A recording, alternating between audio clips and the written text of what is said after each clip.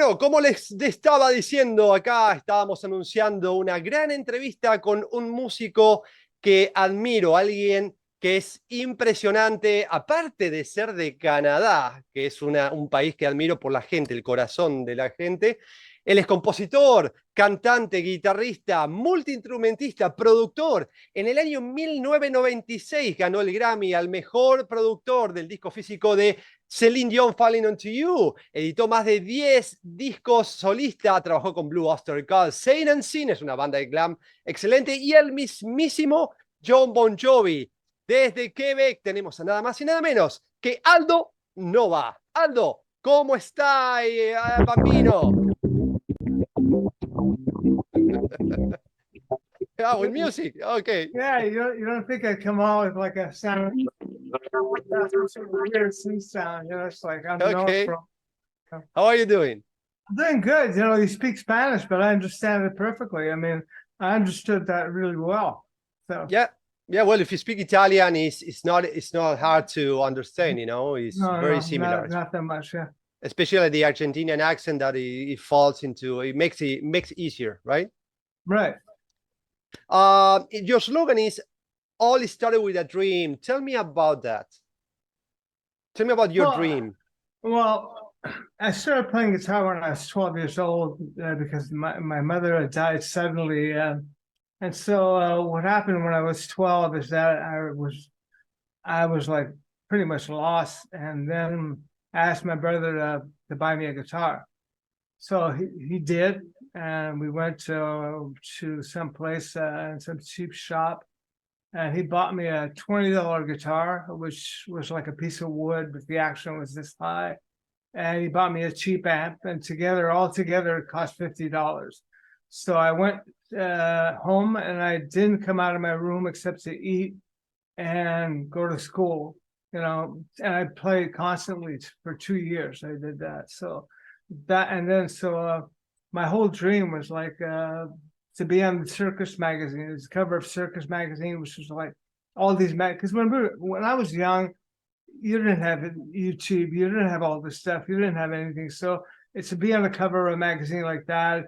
To get your information, you used to have to buy the magazines, Hit Parader, and all that stuff, and look at if you wanted to know about the artist, we got it from there. So my dream was to be on the cover of that magazine. Did you end it in a cover of the magazine, right? I ended up on the cover of Kerrang. I didn't end up on the cover of. I didn't end up. Okay. Kerrang was a British newspaper, but I ended up on the cover. I mean, it was not bad. I mean, it's like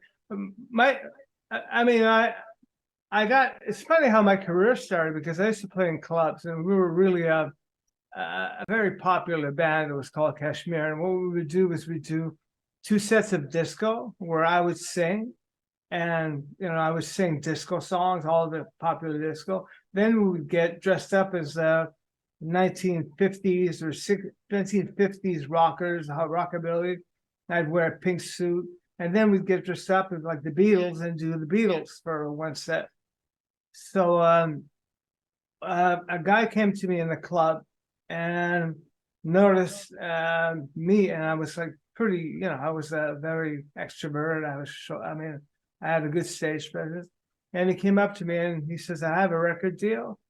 And I don't write and I don't do anything. He goes, do you write? And I didn't. And I said, yes. And he goes, have you ever recorded in a studio? I said, yes, but I'd never been in the studio. And so then he gave me access to the studio and we recorded one song. And that song was a song called XR7. So I was doing everything on it, but he would go on the TV shows. And then one day I always had the radio on. And one morning I got up and my song was on the radio when I was, 18 years old. What was the name of the song again? It was called XR7. Okay. Okay. So you can actually find it on YouTube. If you put in XR7 vocal, you can actually hear it. That's my first song.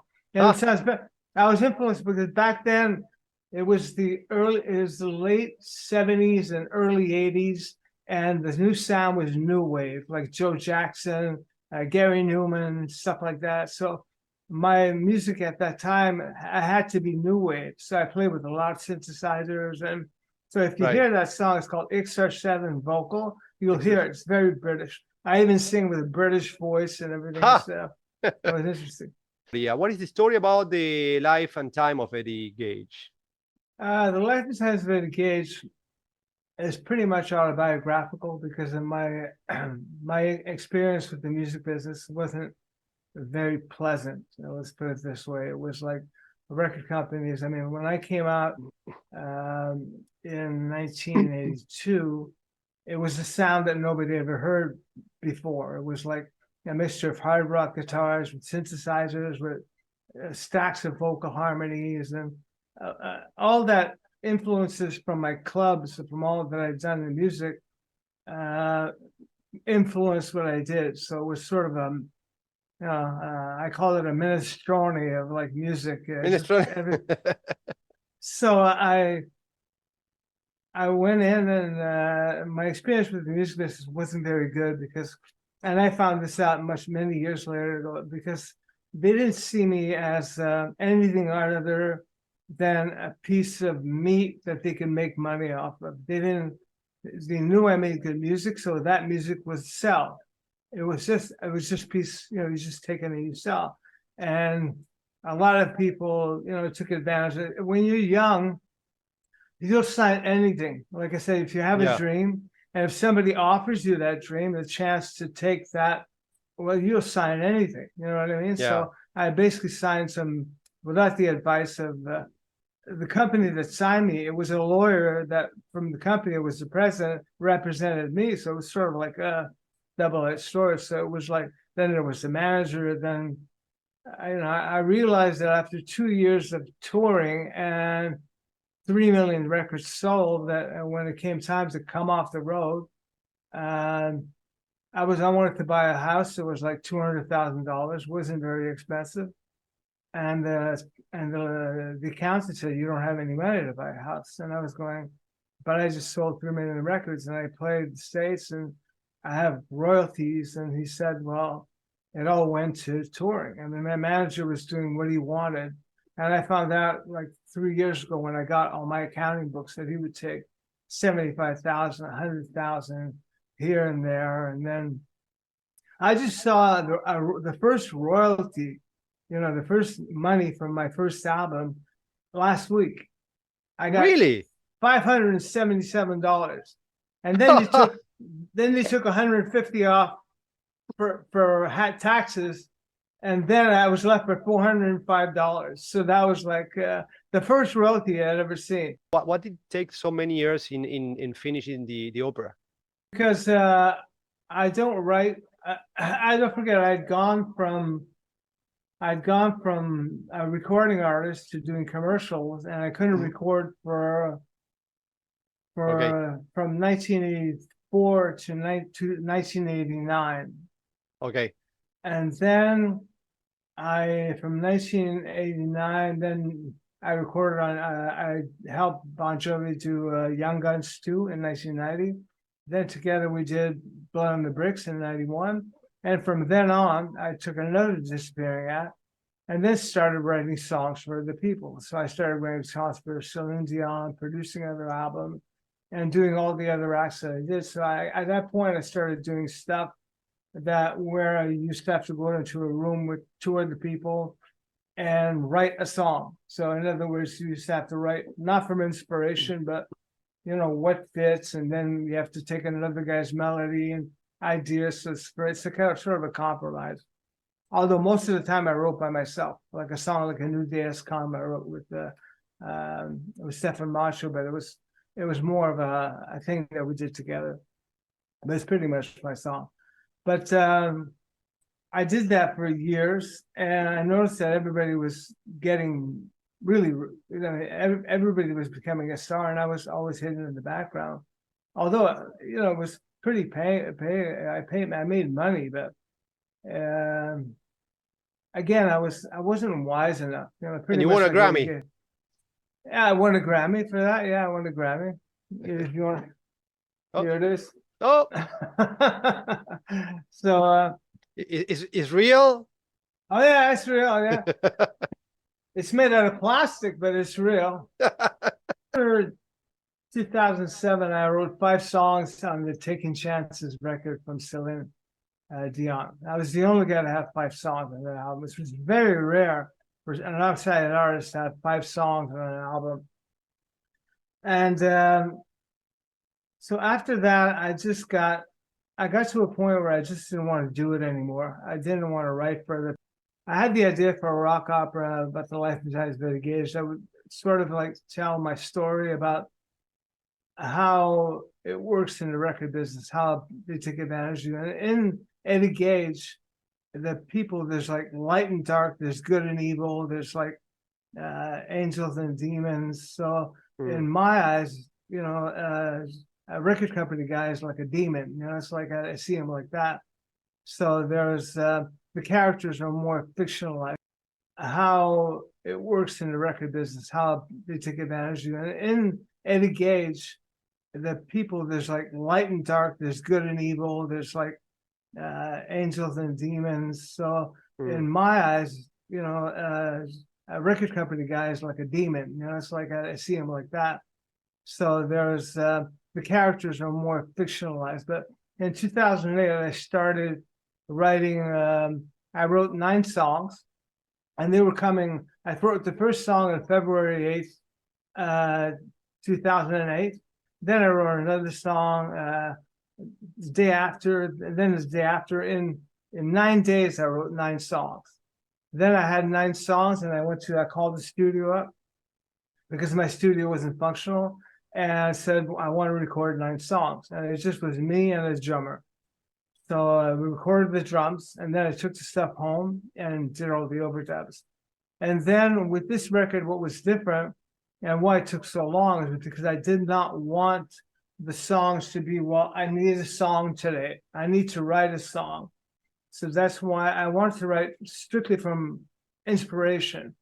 You understand? So yeah, it wasn't that I needed to finish. I didn't have a record company on my case to say you got to put a record company out. So it was the choice between either you starve or you get back into the game. So I chose to starve, which I did for many years. And I did, you know, it was tough for me to earn my living.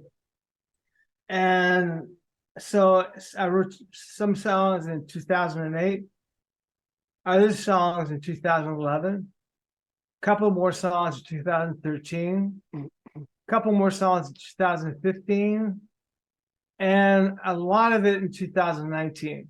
But the songs that are on the album and the final album, they are still the songs that are from 2008. They're still on the record. They lasted a test of time. altogether. I mean, this record, that's why I'm not putting it out now. I'm putting it out only when the full record now has 26 songs on it. Wow. And lasts 2 hours and 15 minutes. You know what I mean? So it's really a work, you know, it's like and the songs are incredible on it. The lyrics are, it's really well worked on. I mean, it's well worth the money it's going to be on, but I don't want to put it out there and and just let it fall through the cracks. I mean, in 2022, I put out the EP, I put out Reloaded, I put out the short stories, I put out Sonic Hallucinations, yet there wasn't enough promotion or for it to come out. So basically nobody knows they exist. You know what I mean? I mean, you know they exist, but and my fans know it exists, but I mean the general public doesn't know I have an album. So I can take those albums but with and re-release them, which I will anytime I want. But the actual Eddie Gage record I will not release till it's actually I have a solid base. And so what I'm doing now is I'm starting over my career. So I'm 66 years old, although I don't look 66, but I'm 66. I keep in shape, and I work out 4 times a week, and I don't drink, I don't smoke, I don't do drugs, and I work out. And good. My head is young. I have a very young mind. I'm very creative, and I'm always up to something. I'm always doing something. So at 66, I decided, well, you know, it's time to come out. So I decided, well, the only way to come out is to start over. Oh, what a story, Aldo, and there's a lot of to talk about, and I don't want to take all that in just one conversation. I want to let something for the next time because I love talking with you. Oh, yeah. And you have a lot of stories. There's a lot of stories that I would like to ask you about, but Oh, sure. obviously there will be more time for conversation. So far, I would like to say thank you. Gracias for all your time, you know. Gracias, gracias muchos. Gracias. Ok, eso fue todo, querida gente. Soy Lucas Gordon, de acá desde Hollywood. Y bueno, hoy tuve el sueño de haber hablado con nada más y nada menos de Aldo Nova, un grande de la música. Thank you, Aldo. Thank you. Gracias, Angol. Ciao.